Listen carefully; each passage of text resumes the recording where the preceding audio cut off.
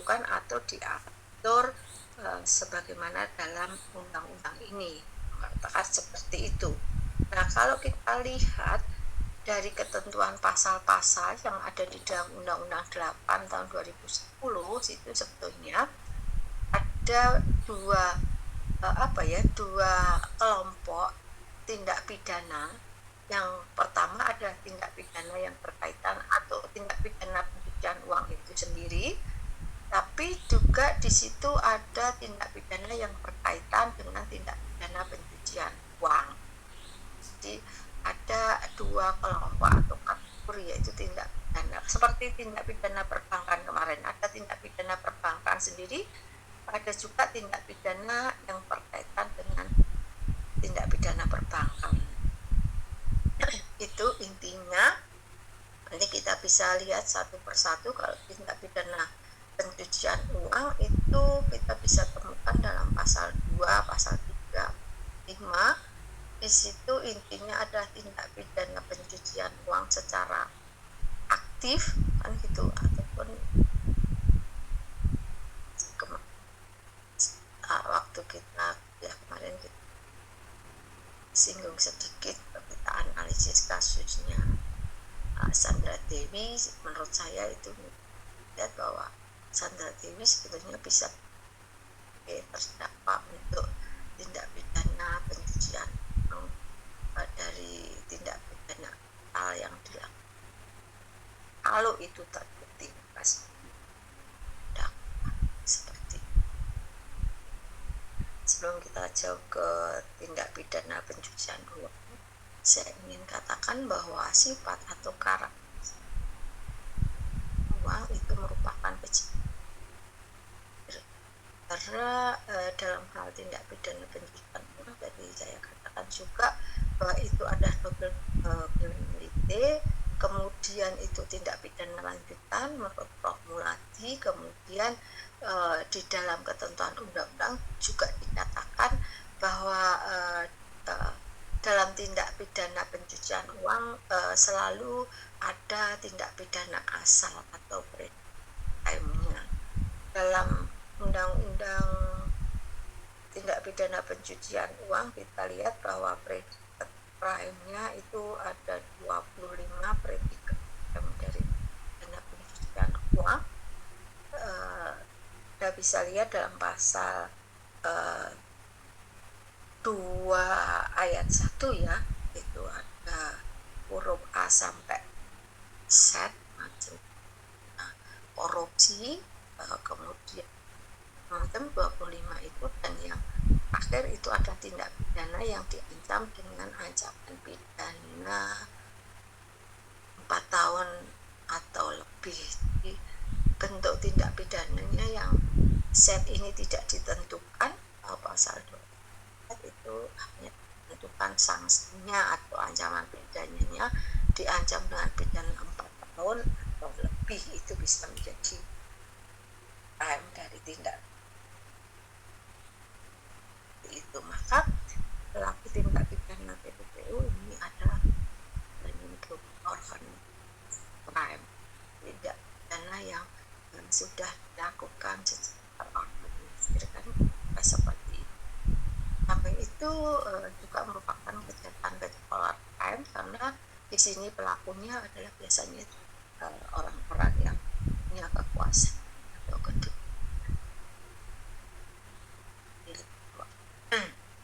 Dalam tindak pidana pencucian uang itu sebetulnya korbannya itu sebetulnya banyak masyarakat luas juga, tapi karena kejahatan ini juga terorganisasi, maka kita seringkali juga merasakan kalau para itu karena ini atau tindak pidana ini juga sering dilakukan atau pelakunya akan terkorupsi. Jadi biasanya suatu informasi transnasional crime itu melibatkan yang namanya placement, layering, itu juga bisa kemudian dana-dana hasil kejahatan itu ditransfer ke luar lintas batas negara. Cybercrime karena dalam perkembangannya dengan kemajuan teknologi informasi, maka juga kejahatan ini bisa dikategorikan sebagai cyber kira-kira menukui. Itu kemudian di dalam tindak pidana TPPU ini maka subjek hukumnya itu juga secara eksplisit dikatakan bahwa subjek hukumnya itu bisa individu, bahkan itu nanti kita lihat individu perseorangan itu bisa sedia aktif melakukan tahapan-tahapan placement tadi, tapi bisa juga itu kemudian bisa juga korporasi badan hukum gitu. Nah, ini kategori dari subjek hukumnya, pelaku utama yang tadi saya katakan pelaku aktif tindak pidana TPPU itu pelakunya aktif, dia melakukan tahapan-tahapan tadi. Ketiga tahapan itu kemudian kita juga bisa menyimpulkan bahwa pelakunya itu sebetulnya juga ada sebagai pembantu atau pelaku pasif. Pelaku pasif ini bisa organisasi, bisa yayasan, bisa individu juga.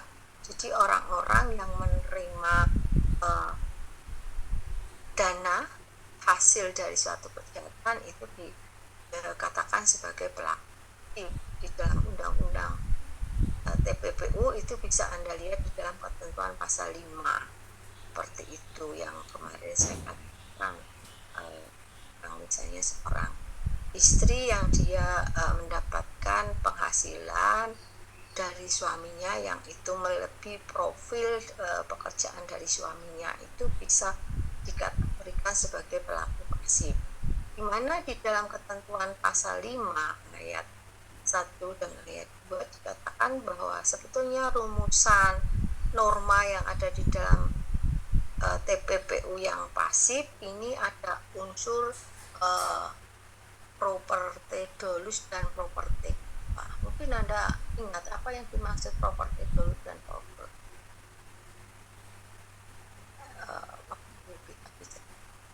Hukum pidana tentang apa yang ringan. Ada nggak yang ringan? Bagi properti dolus dan properti. Siapa yang supposing bahwa undang-undang 8 tahun 2010 ini khusus ada unsur properti dolus dan properti.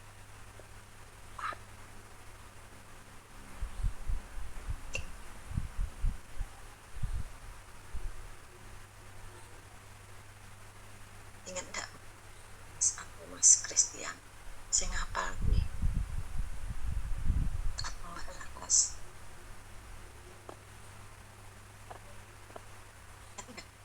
unsur dari situ ke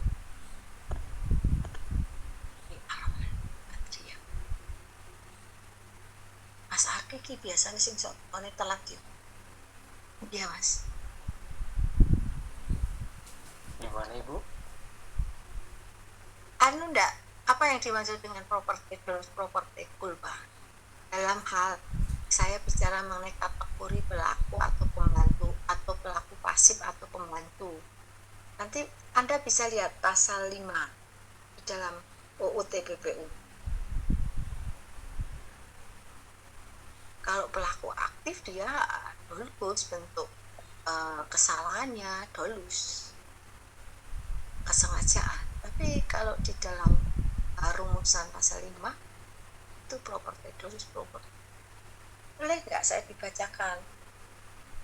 Siapa sih bisa buka UU 888 tahun 2010? Saya lagi buka Bu. Oh iya, silakan Mas. Pasal 5 Ibu ya? Ya, ada 2 ayat ya. Iya Bu, izin Bu. Ya. Pasal 5 ayat 1, setiap orang yang menerima atau menguasai penempatan, pentransferan, pembayaran, hibah, sumbangan, penitipan, penukaran, atau menggunakan harta kekayaan yang diketahuinya atau patut diduganya merupakan hasil tindak pidana sebagaimana dimaksud dalam pasal 2 ayat 1, dipidana dengan pidana penjara paling lama 5 tahun dan denda paling banyak 1 miliar rupiah. Mana? Ayat 2. Enggak, itu ada ayat 1 wae. Oh ya, baik Bu. 1 wae. Mana yang tadi saya katakan di dalam pelaku pasif di sini atau boleh dikatakan sebagai pembantu ini dalam tindak pidana TPPU ini di sini pembentuk undang-undang memakai bentuk kesalahan pada pelaku pasif itu adalah properti dolus dan properti culpa. Maksudnya apa? Mengapa kok orang yang menerima misalnya si istri ini, misalnya saya tahu profil suami saya itu gajinya berapa sih, dia bekerja di suatu perusahaan, misalnya gajinya berapa, misalnya gajinya itu 10 juta, biasanya 10 juta yang dikasihkan ke saya 5 juta gitu misalnya, tapi tiba-tiba dia memberi uang saya misalnya 100 juta gitu loh. Logikanya aku tak tampo seneng toh ya wong aku itu duit amplop gitu. Ya enggak? Iya. Tapi kalau ternyata kemudian suami saya suatu ketika dia itu terjerat kasus korupsi, kan gitu. Rasa korupsi misalnya penggelapan atau penipuan kan gitu. Yang tadi 100 juta itu sebetulnya hasil dia nipu, dia menggelapkan uang perusahaan misalnya. Bisa enggak saya dijerat dengan TPPU pasal 5? Bisa enggak? Iya, bisa apa enggak? Dengan rumusan tadi loh, menerima. Bahkan yayasan bisa juga loh lewat sumbangan itu loh. Kayak nanti pengurus suatu tempat ibadah bisa juga loh dijerat dengan TPPU pasif ini loh pasal 5. Bisa enggak? Loh, bisa enggak? Saya menjawab Bu, kalau Ya. berdasarkan rumusannya bisa Bu. Bisa. Kenapa kok bisa? Bentar Bu, saya buka lagi. Bentuk kesalahannya apa? Bentuk kesalahannya tadi lo menerima wong aku sebagai istrinya kan aku berhak mendapat atau menikmati harta kekayaan suami saya kan sebetulnya gitu loh. Tapi ada salah satu unsur di dalam delik itu pasal 5 ayat 1 tadi yang itu kemudian kalau saya menerima itu jadi saya patut untuk dipidana gitu loh. Karena terpenuhilah salah satu unsur dalam pasal 5 ayat 1 itu. Itu yang berbeda dengan rumusan pasal 3, pasal 4 sebagai pelaku aktif atau pelaku utama di dalam. Mana yang membedakan? Coba baca pasal 3, Mas. Saya izin masuk, Bu. Boleh. Patut diduganya itu bukan, Bu? Oh, iya, patut diduga. Yang diketahui atau patut diduga di situ loh. Unsur properti culpanya di situ. Anda itu patut menduga gitu loh. Kalau tadi properti dolus itu sengaja atau dia dan properti culpanya patut menduga bahwa harta 100 juta yang tiba-tiba suami saya berikan ke saya itu saya patut menduga dari mana uang 100 juta kok diberikan kepada saya gitu loh. Sementara profil gaji suamiku itu mau 10 juta dikasihkan aku 5 juta belum untuk kebutuhan dia sendiri dan lain-lain gitu loh. Maka aku sebagai istri harusnya tanya lah katakanlah begitu, uang dari mana Mas ini, dapat apa, dapat bonus dari perusahaan atau dapat apa, kira-kira seperti penghati-hatiannya itu harus ada penduga-duga tadi properti dulu. Kalau Anda tidak tahu tapi paling enggak ya kamu patut menduga. Kalau itu tidak mau pakai, itu mau abaikan, maka Anda bisa dijerat dengan pembantu atau TPPU pasif gitu loh, gitu. Sementara kalau nanti kita bicara kekhususan di dalam hukum acaranya bahkan juga ditegaskan pembantu atau percobaan atau permufakatan jahat dalam tindak pidana TPPU itu pun diancam dengan pidana yang sama. Itu pengurangannya gitu. Walaupun kalau kita bicara ancaman pidana dalam pasal 3, pasal 4 dan pasal 5 itu berbeda. Pasal 3, 4 itu adalah pelaku utama dengan unsur kesengajaan untuk mengaburkan hasil dari kejahatannya, sementara pasal 5 itu adalah pembantu atau pelaku faktif, ancamannya lebih ringan. Kira-kira seperti itu. Oke. Clear apa enggak? Clear apa enggak? Itu coba kalau kita analisis dengan kasusnya yang ini masih kita analisis karena itu belum terbukti bahwa suami Chandra Dewi itu akan terbukti melakukan tindak pidana korupsi. Kan seperti itu. Kalau kita nggak boleh dong pengadilan bypass, kan nggak boleh gitu loh. Tapi kita mencoba menganalisis dari sudut ketentuan di dalam undang-undang, kan gitu. Ini kan tipologi TPPU tadi aktif money laundering pasal 3, 4, kemudian kita melihat juga pasif money laundering itu pasal 5, kan gitu. Kemudian kita juga tadi yang sudah saya katakan di awal, ada juga pembedaan yaitu mengenai tindak pidana money laundering itu sendiri, tapi juga ada tindak pidana yang berkaitan dengan money laundering, itu bisa seperti ini. Rasa kan jarang suatu rumusan delik itu bentuk kesalahannya itu kan biasanya begini, suatu tindak pidana itu bisa dijatuhi dengan pidana atau sanksi pidana sebagaimana dalam rumusan delik, kan gitu toh, apabila ada orang yang mampu bertanggung jawab atas tindak pidana itu, kan gitu. Nah, bentuk dari kemampuan bertanggung jawab itu intinya bahwa orang itu harus punya kesalahan. Yang mampu bertanggung jawab, maka dia punya kesalahan.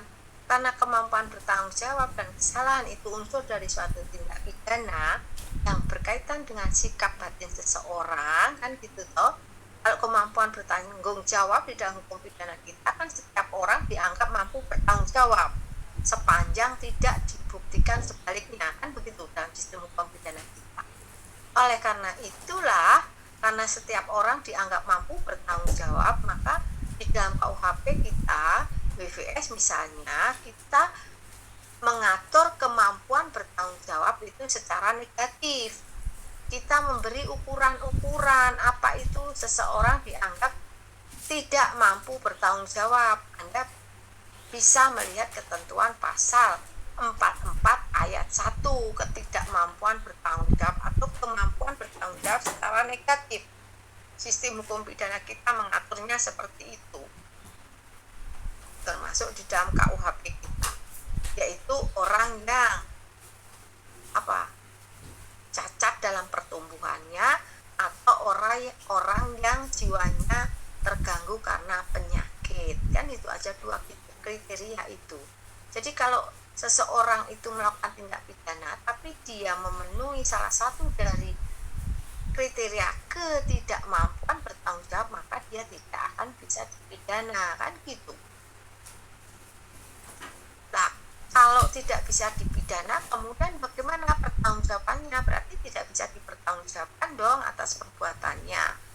Maka kemudian yang bersangkutan itu bisa dikenakan dengan tindakan atau matrehel. Bentuk tindakan itu diatur dalam pasal 44 ayat 2 KUHP, yaitu dengan perawatan di rumah sakit jiwa, kan gitu. Kira-kira itu. Maka kemudian kita bisa menyimpulkan bahwa sebetulnya di dalam KUHP WVS pun itu secara implisit kita anut dengan double track system, yaitu sistem sanksi yang secara tegas diatur di dalam pasal 10 KUHP, tapi juga ada sanksi yang berupa tindakan yang itu ada di pasal 44 ayat 2 misalnya, atau sebelum pasal 46 itu dicabut tersebut, yaitu ada juga tindakan material yang bisa dijatuhkan terhadap anak yang belum cukup umur atau di bawah 16 tahun gitu toh, ketentuan pasal 46 KUHP. Tapi 46, 47, 45 itu sudah dicabut dengan undang-undang pengadilan anak, undang-undang 3 tahun 97, dan undang-undang 397 itu sudah dicabut dengan undang-undang 11 2012 sistem peradilan pidana anak. Kira-kira seperti itu kalau saya bicarakan. Itu sampai di sini ada pertanyaan, mungkin ada yang perlu kita diskusikan.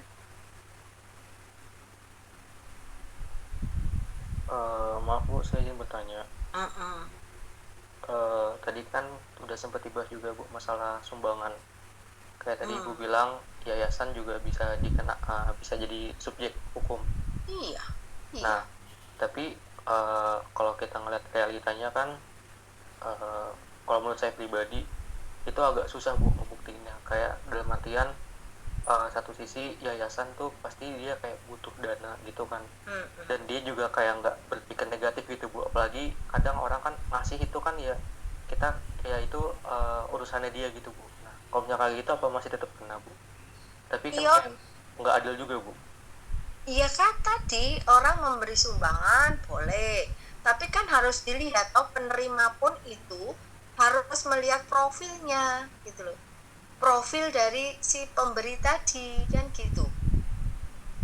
Profil maksudnya profilnya dia apakah benar sesuai dengan kemampuan dia kan, seperti itu. Maka di situ ada unsur patut diduga properti culpanya di situ gitu. Kalau tiba-tiba Bu Bekti misalnya sebagai seorang dosen, tiba-tiba Bu Bekti nyumbang no Masjid Nurul Huda misalnya 100 juta gitu, apakah mungkin, apakah sesuai dengan profil saya sih gitu. Kalau 5 juta masih mending lah, sebulan gajiku, itu aja sebulan gajiku gitu loh. Maka pengurus itu mestinya patut menduga, ini benar nggak sih, ini adalah hasil dari kerja keras Bu Bekti sebagai dosen, sementara suami saya juga nggak bekerja, suami saya sudah pensiun dan sebagainya begitu. Maka di situ ada suatu alasan penghapus pidana. Artinya apa alasan penghapus pidana dalam hal ini? Bahwa si tadi penerima ini bisa melaporkan gitu loh, melaporkan bahwa saya menerima dana seperti ini maksudnya sah atau tidak, ini apakah ini ada indikasi merupakan suatu hasil kejahatan atau tidak, kira-kira seperti itu ya. Itu kalau kita bicara tentang bagaimana proses penegakan hukumnya, kira-kira seperti itu.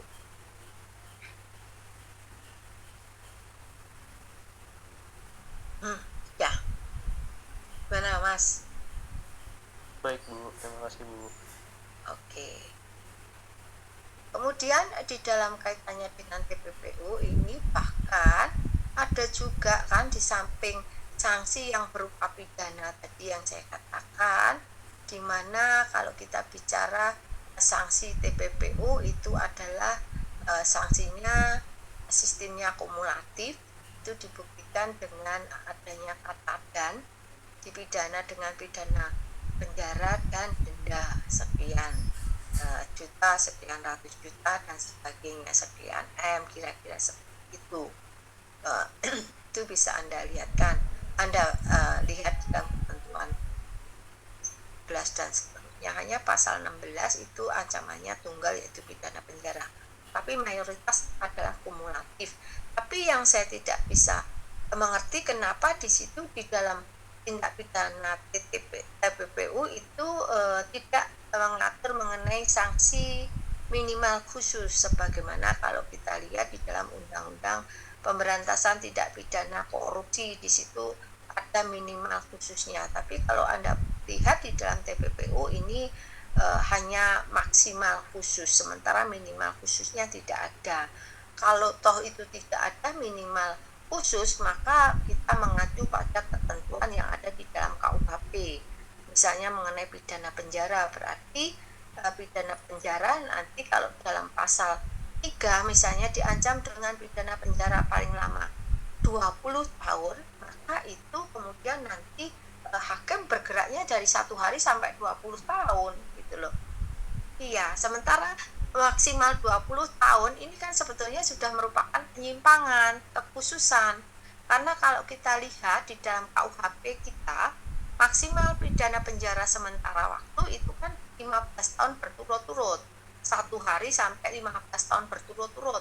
Nah, kenapa di TPPU ini memberikan ancaman maksimal khususnya 20 tahun berturut-turut?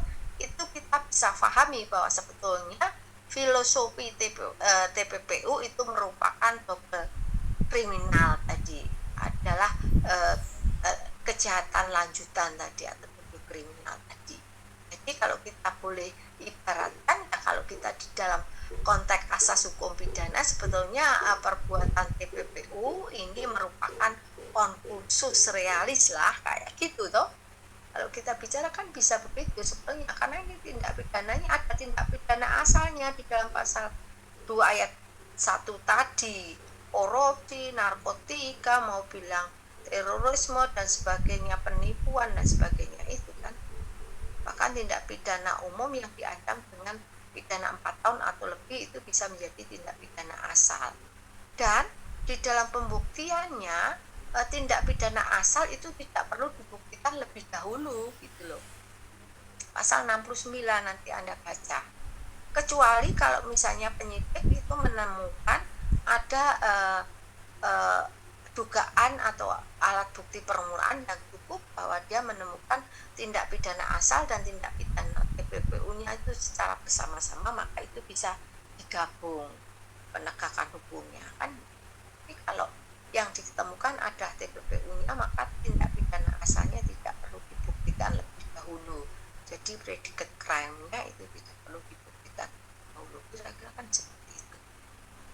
Itu. Izin bertanya Ibu? Oke. Iya Bu. Menarik yang tadi Ibu sampaikan di kalimat-kalimat terakhir bahwasanya kalau dalam bentuk sifatnya dugaan itu sebenarnya sudah bisa Ibu untuk memenuhi unsur tindak pidana. Berarti Ibu itu memang lebih mengedepankan dari delik formil ya Bu ya, daripada delik materialnya ya Bu. Padahal kalau kita lihat kembali Ibu, kalau kita melihat dari segi delik materialnya, maka kita harus melihat harus ada kerugian yang memang nyata, karena kalau memangnya hanya sebatas potensial, maka itu nanti akan melahirkan putusan-putusan hakim memang tidak proporsional Ibu. Dan tentu hal itu melanggar prinsip proportional sentencing non-over penalization, pemidanaan yang proporsional dan tidak berlebihan. Oleh sebab itu Ibu, ini bukan hanya berlaku dalam bentuk TPPU ya Bu ya, dalam bentuk korupsi, pengembalian uang negara, itu memang harus bersifat nyata dan pasti jumlahnya dan bukan sifatnya menduga-duga seperti halnya formil yang memang hanya terpenuhi unsur-unsurnya saja sudah bisa untuk dijatuhi pidana dan sebagainya dan terpenuhnya rumusan pasal tersebut. Itu menurut Ibu bagaimana Ibu? Apakah aparat penegak hukum ini mengedepankan delik formil atau delik materialnya Ibu dalam menangani kasus ini? Karena kalau untuk masalah TPPU atau masalah korupsi ini paling cepat sekali perkembangannya dan tentu saja pelakunya juga makin lama makin pintar Ibu daripada aparat penegak hukum. Seperti Mas, itu, Ibu. iya, Mas, ini di dalam hal kita bicara TPPU itu kita bicaranya adalah hasil dari kejahatan itu kan, bukan delik material atau delik formil loh. Kalau nanti Anda bicara delik material di dalam pembagian delik di dalam hukum pidana memang ada delik material dan delik formil. Delik material itu ada delik yang menitik beratkan pada akibat yang dilarang, kan gitu ya? Iya betul Ibu. Misalnya pembunuhan itu kan kalau tidak terjadi nyawa orang lain yang terampas kan bukan suatu pembunuhan, tapi percobaan pembunuhan kan, seperti itu. Ya. Sementara kalau kita bicara tentang pencurian itu delik formil, ya enggak? Iya, karena di situ menitik beratkan pada perbuatan yang dilarang. Perbuatan yang dilarang apa dalam pencurian? Mengambil barang sesuatu secara melawan hukum. Itu. Maka di dalam hal kalau kita bicara pencurian sepanjang sudah terpenuhi unsur mengambil barang sesuatu yang itu adalah sebagian atau seluruhnya milik orang lain, kan gitu, dengan cara melawan hukum itu sudah terpenuhi, gitu, terpenuhilah tindak pidananya pencurian delik formal. Nah, dalam hal TPPU itu yang dipermasalahkan adalah hasil dari kejahatan itu. Kejahatan itu bisa berupa delik material, bisa berupa delik formil. Makanya ada yang namanya Anda katakan korupsi harus dihitung nyata dulu ada keuangan negaranya, kan gitu toh. Iya kan? Ya, kalau pencurian ya sepanjang itu memenuhi rumusan itu, hasil dari tindak pidana pencurian itu yang dicoba disamarkan, kemudian hasil kejahatan ini menjadi harta atau hasil yang atau dana yang sah, itu TPPU itu. Ya, Baik, gimana Mas?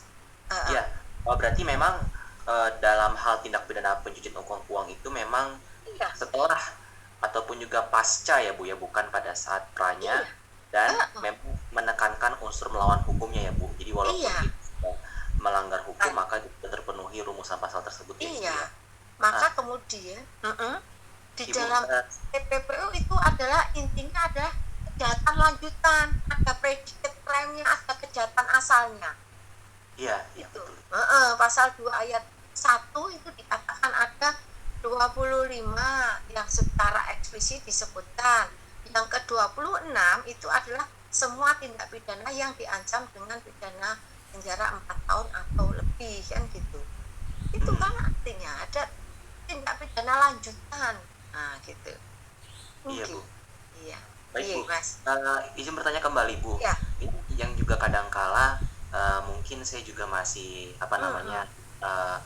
belum memahami Bu mengenai bagaimana cara jaksa melalui jaksa pengacara negara ataupun oleh aparat penegak hukum itu membedakan antara harta pribadi dari pelaku tersebut sama memang harta dari hasil kejahatan, karena memang sangat beririsan Ibu, dan tentu saja kalau sebenarnya kita ingin menggunakan pendekatan perdata Ibu, itu tentu saja bisa disita untuk semua asetnya, tapi kalau dalam pendekatan pidana kan memang harus melalui putusan pengadilan Ibu. Dan Enggak saja Mas Yohanes, kalau mengenai penyitaan kan gak harus dengan putusan pengadilan dulu enggak toh. Jadi aparat penegak hukum kalau dia berdasarkan alat bukti yang cukup, dia menganggap bahwa barang-barang yang dimiliki oleh terdakwa tindak pidana TPPU ini patut diduga itu sebagai hasil dari kejahatan apapun prediksi crime-nya, itu bisa dikenai penyitaan lebih dahulu Mas, gitu loh.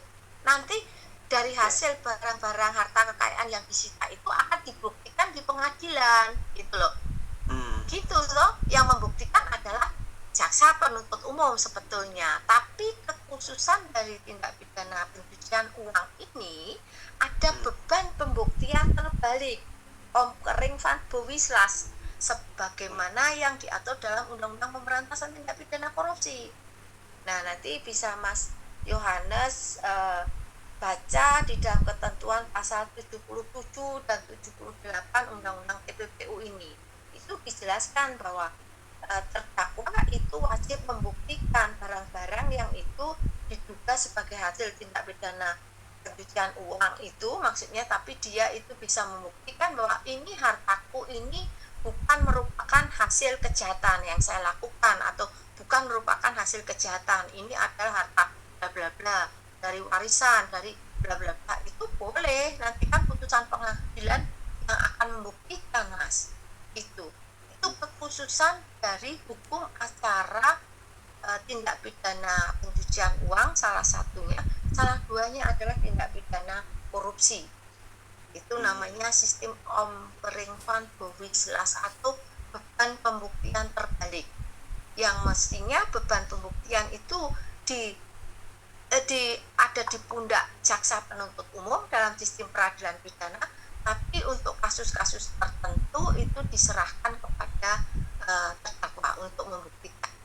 Kalau terdakwa bisa membuktikan bahwa harta yang disita misalnya dalam kasus korupsi atau TPPU TPPU itu ada harta yang diperoleh secara legal, bukan ilegal karena kejahatan, maka itu akan nanti diputus oleh hakim. Seperti itu Mas Yohanes. Oh iya, baik-baik Bu. Kalau Anda tadi bicara jaksa pengacara negara itu dalam hal nanti jaksa sebagai pembela negara atau dalam perkara perdata toh? Iya. Betul Bu. Itu. Iya. Itu adalah salah satu kekhususan di dalam hukum acaranya tadi. Nanti kita akan bicara ini belum.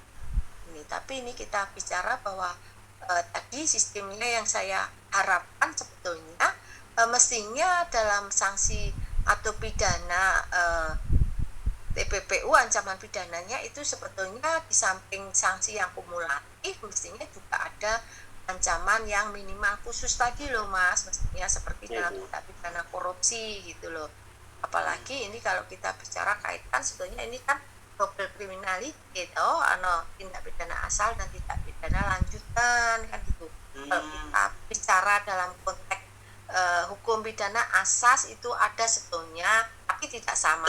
Maksudnya kita juga punya yang namanya konkursus kan, perbarengan tindak pidana, di mana perbarengan tindak pidana itu sebetulnya adalah sebagai upaya pemberatan pemidanaan kan. Jadi sebetulnya wajar kalau saya kenapa kok nggak ada ancaman minimal khususnya. Kalau tidak ada minimal khusus berarti kan berlaku minimal umum. Tadi saya katakan undang-undangnya adalah KUHP, pasalnya adalah 12, minimal umum untuk penjara kan 1 hari. Nah itu nanti kan dalam hal misalnya penegakan hukum dalam tindak pidana TPPU berkaitan dengan pidana penjara, itu kan nanti bisa terjadi disparitas pidana Mas, kan gitu. Karena yang diatur hanyalah ancaman maksimal khususnya sampai 20 tahun, berarti bergeraknya kan terlalu jauh dari 1 hari sampai 20 tahun kan gitu loh. Seperti itu. Mungkin menurut saya itu maksudnya yang saya analisis gitu loh. Iya Bu, karena kemarin Bu, saya juga baca beberapa jurnal. Di situ banyak beberapa jurnal menekankan bahwasanya undang-undang yang saat ini, Undang-Undang Nomor 8 Tahun 2010 itu kesulitan Ibu dalam membuktikan tindak pidana asal. Oh iya.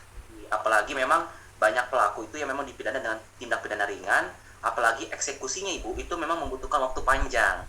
Kadang-kala itu memang aset-asetnya itu ya pelaku itu memang bermain licik untuk mengalihkan aset-asetnya. Dan kalau kita lihat Bu, itu di dalam Undang-Undang Nomor 31 Tahun 99, Junto Undang-Undang Nomor 20 Tahun 2001 tentang pemberantasan tipikor, itu dalam pasal 32 sampai 34-nya itu melalui gugatan perdata Ibu oleh Jaksa Pengacara Negara.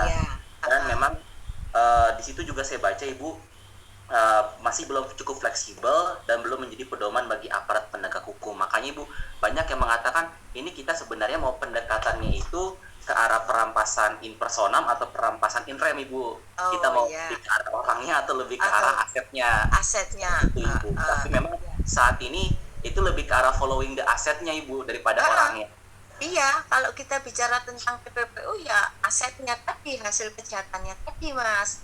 Itu yang kemudian saya yakin bahwa sebetulnya tadi loh, apa yang Anda kemukakan dalam jurnal itu dinyatakan bahwa kesulitannya adalah untuk mencari asalnya. Iya, tindak pidana asalnya. Iya Bu. Kalau TPPU misalnya yang ditemukan karena laporan PPATK misalnya sebagai pengawas, makanya sebetulnya di dalam ketentuan pasal 69 kan sudah dinyatakan bahwa tindak pidana asal itu tidak perlu dibuktikan gitu loh. Tidak perlu dibuktikan, tapi kalau ada tadi loh profil karena ada transaksi keuangan yang mencurigakan kan kemudian PPATK yang harus lapor ke penegak hukum kan Mas. Di situ loh sebetulnya pintu masuknya laporan PPATK. Dan penegak hukum itu mindsetnya tidak usah membuktikan tindak pidana asalnya lebih dahulu, enggak gitu loh. Kecuali kalau penegak hukum itu menemukan secara bersamaan di situ ada korupsi, nah itu kemudian ditelusuri TPPU-nya itu mesti kena. Yang ditemukan lebih dulu itu tindak pidana asalnya. Tapi kalau ada laporannya itu dari TPPU-nya dulu, maka dalam membuktikan TPPU tidak perlu dibuktikan tindak pidana asalnya lebih dahulu. Itu tegas dalam pasal 69. Yang terjadi sekarang ini kan seringkali penegak hukum khususnya dalam penegakan tindak pidana korupsi itu tidak diikuti dengan TPPU. Itu loh yang kalau yang saya sesalkan semacam itu. Misalnya KPK, misalnya kejaksaan, nanti kita akan lihat kejaksaan dalam kasusnya korupsi timah di sini itu benar enggak itu nanti akan diikuti dengan TPPU-nya, tidak berhenti di korupsi gitu loh. Itu yang kita perlu kritisi di situ. Kalau tadi itu yang seringkali itu mohon maaf kelemahan dari aparat penegak hukum gitu loh. Sudah ada tindak pidana asal kan, korupsi sebagai tindak pidana asal kan. Korupsi saya katakan tidak berhenti dinikmati oleh yang bersangkutan, disimpan di rekeningnya dia, disimpan di rumah kan, tidak gitu loh. Pasti akan cuci uangnya gitu loh. Akan diikuti dengan TPPU. Itu yang menurut saya itu belum efektif untuk menerapkan TPPU khususnya dalam tindak pidana korupsi. Yang itu sudah dibuktikan sebetulnya terjadi korupsi, kok orang diikuti dengan TPPU-nya kan gitu. Baik Ibu, saya juga izin bertanya kembali Ibu. Menurut Ibu untuk masalah TPPU atau korupsi ini memang lebih efektif menggunakan pendekatan perampasan impersonal atau perampasan in rem Ibu? Karena dari beberapa yang saya baca memang lebih mengedepankan perampasan in rem, karena memang kalau perampasan secara impersonal itu harus dikaitkan dengan kesalahan daripada si terdakwa, pelaku. Iya betul Bu, dari pelaku, karena harus ada pembuktian kesalahan terlebih dahulu baru akhirnya dapat dirampas oleh negara, sehingga itu kan pembuktian kesalahan juga memakan waktu cukup lama ya Bu ya. Makanya ada yang mengatakan kita pakai non-conviction asset based on forfeiture atau perampasan tanpa pemidanaan. Perampasan tanpa pemidanaan Ibu. Oh, tanpa pemidanaan. Nanti berarti. Kalau dari Ibu bagaimana Bu untuk antara perampasan impersonal sama in rem? Ya kalau saya ya harus ada pemidanaan, tapi maksudnya di dalam ini saya katakan bahwa di dalam penegakan tindak pidana TPPU itu harusnya follow the money, follow hasilnya itu yang diikuti, bukan follow suspeknya, bukan gitu loh. Jadi diikuti dulu aliran tadi, makanya nggak perlu dibuktikan dulu maksudnya tindak pidana asalnya, jadi itu dirampas dulu, disita dulu kalau itu ada indikasi itu merupakan hasil kejahatan gitu loh. Nanti karena di dalam proses untuk mencari suspek siapa itu orangnya, siapa pelakunya, dia punya kesalahan atau tidak, itu kan nanti dibuktikan yang tadi saya katakan ada beban pembuktian terbalik tadi loh. Itu yang harusnya itu diefektifkan karena sudah jelas kok itu diatur secara tegas di dalam undang-undang TPPU pasal 77 dan 78 itu kan gitu.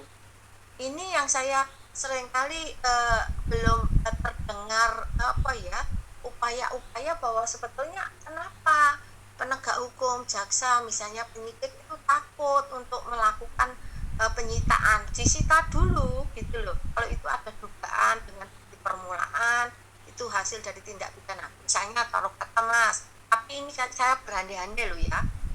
Nanti saya bukan mengadili suaminya Sandra Dewi, bukan, tapi mari kita berandai-andai, mosok sih seorang anak yang umurnya berapa tahun dikasih hadiah jet pribadi gitu loh. Itu kan sebetulnya ya udah telusuri aja jet pribadinya ini kan gitu. Nanti akan dia buktikan, biar suaminya Sandra Dewi yang membuktikan bahwa pembelian jet pribadi itu ada hasil dari kerja saya, jerih payah saya, bukan karena hasil suatu tindak pidana korupsi misalnya, begitu kan, selesai. Nanti kalau dia tidak bisa membuktikan ya itu berarti bisa dirampaskan untuk negara kan gitu.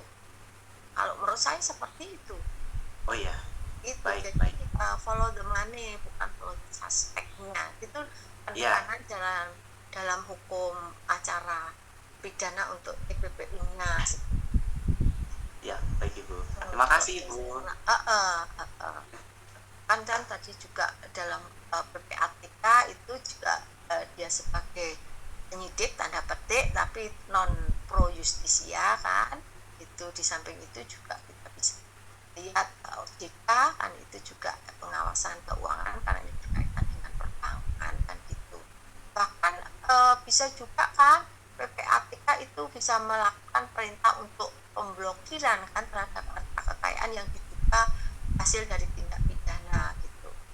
Itu bisa juga dilakukan misalnya atas adanya laporan gitu kan di dalam tindak pidana TPPU itu kita juga kalau baca lebih lanjut di situ juga pelapor untuk dugaan tindak pidana pencucian uang itu juga akan dilindungi, dan menurut saya itu perlindungannya sebagaimana kalau kita lihat dalam hal pelapor untuk tindak pidana korupsi sangat-sangat dirahasiakan identitasnya pelapor kan begitu. Kemudian tadi yang saya katakan bahwa di dalam tindak pidana TPPU ini juga ada alat bukti baru yaitu informasi elektronik, itu dalam bentuk dokumen-dokumen elektronik itu bisa menjadi alat bukti kan tuh. Ini kemudian ya tadi peringatan Bobislas, kemudian itu juga kekhususannya itu adalah di dalam tindak pidana TPPU itu juga bisa dilakukan peradilan in absentia. Peradilan in absentia di sini karena mungkin terdakwa melarikan diri atau ya melarikan diri lah, katakanlah melarikan diri, maka bisa peradilan itu dilakukan secara in absentia. Bisa Anda lihat di pasal 79 itu ada beberapa ayat, bahkan di dalam peradilan tindak pidana TPPU di samping bisa dilakukan pemeriksaan tanpa kehadiran terdakwa dan putusannya juga bisa dilakukan tanpa kehadiran terdakwa ini, maka di situ juga misalnya di dalam proses penegakan hukum di dalam peradilan, di dalam pengadilan itu terdakwa meninggal dunia, misalnya terdakwa meninggal dunia sebelum ada putusan pengadilan, sementara beberapa harta yang diduga merupakan hasil tindak pidana kejahatan atau TPPU ini itu sudah dilakukan penyitaan. Untuk penegakan TPPU ini sudah dilakukan penyitaan atas barang-barang atau harta kekayaan yang diduga dari hasil kejahatan ini, maka walaupun terdakwanya itu meninggal dunia, maka hakim bisa memutuskan untuk merampas harta-harta yang itu patut diduga melalui proses yang tadi pembuktiannya sudah mulai dilakukan, itu bisa dirampas oleh negara.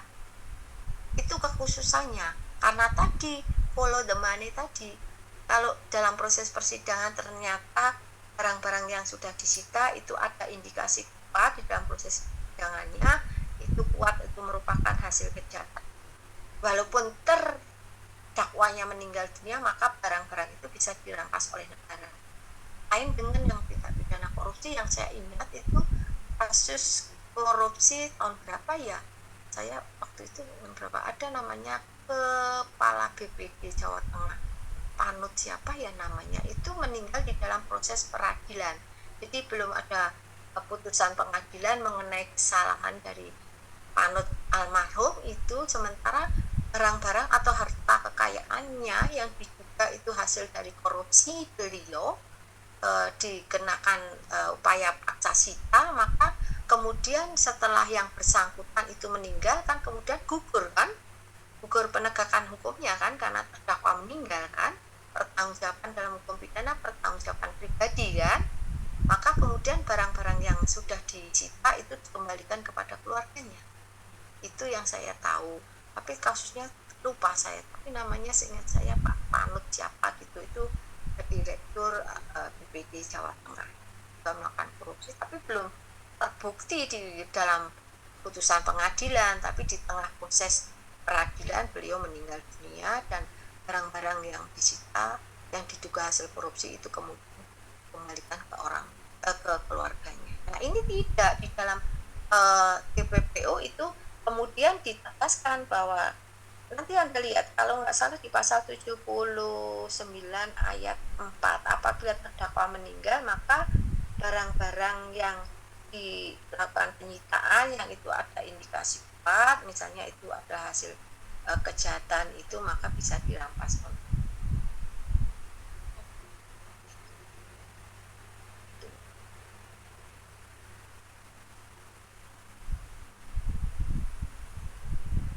nanti misalnya di dalam putusan tadi bahwa barang yang disita yang itu merupakan hasil kejahatan itu dirampas melalui putusan pengadilan kan harusnya kan, melalui putusan pengadilan, maka di dalam hal ini tidak ada upaya hukum untuk memberikan perlawanan misalnya banding atas perampasan barang tapi terdakwanya sudah meninggal, tapi diberi kesempatan 30 hari untuk mengajukan keberatan. Misalnya keluarganya mungkin bisa mengajukan keberatan dengan memberikan bukti-bukti tadi. Kalau dalam persidangan yang belum sempat dilakukan mungkin dengan beban pembuktian terbalik oleh terdakwa, tapi terdakwa sudah meninggal lebih dahulu misalnya, maka kalau barang yang dirampas itu ternyata keluarganya bisa membuktikan bahwa itu ada bukan hasil kejahatan, maka kemudian melalui keberatan dia bisa mengajukan keberatan.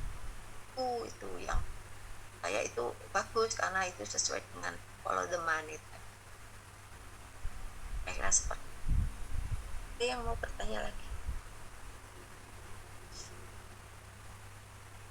Oke, itu.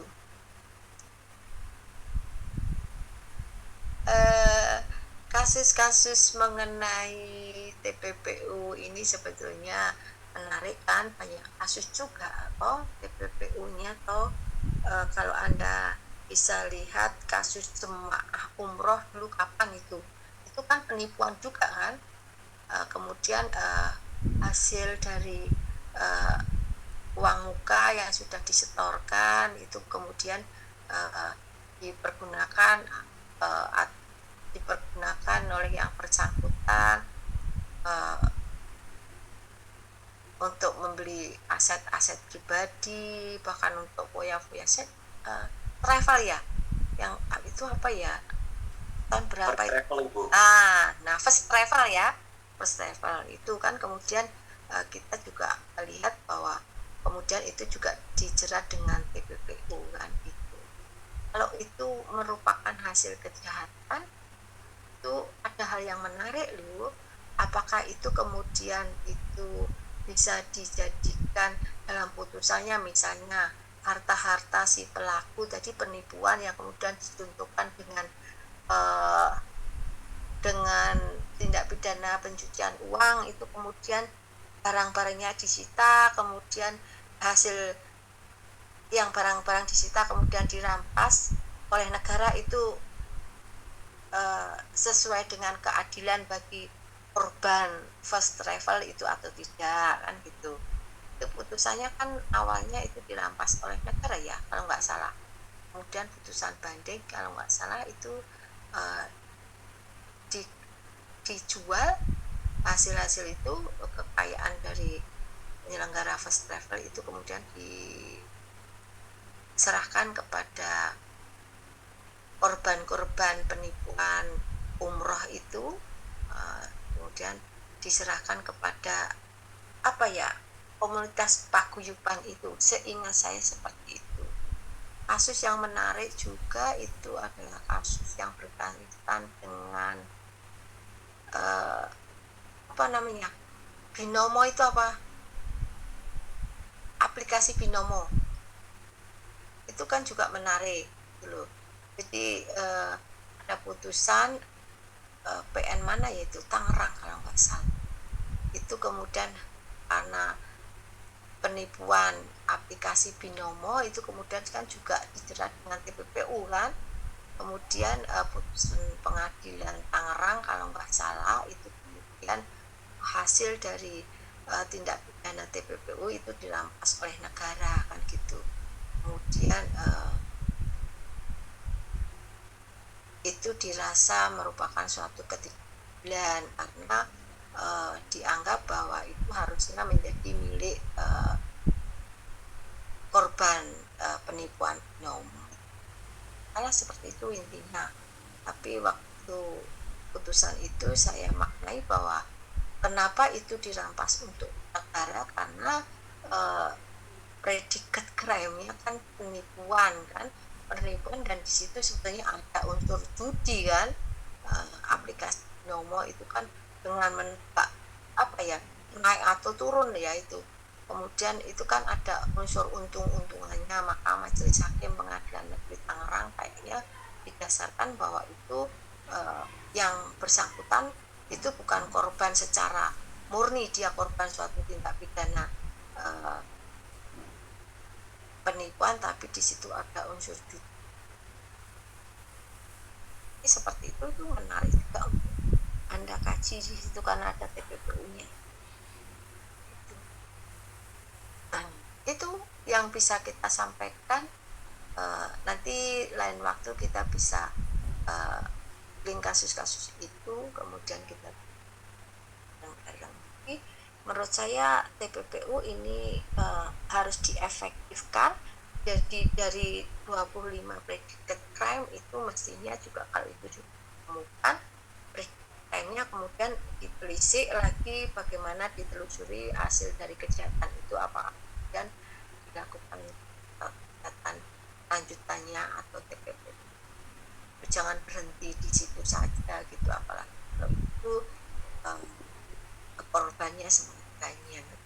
Salah satunya kan tadi PPU itu adalah karakteristiknya tadi corporate crime gitu kan, organized crime dan sebagainya. Oke, itu ada yang mau disampaikan lagi atau enggak?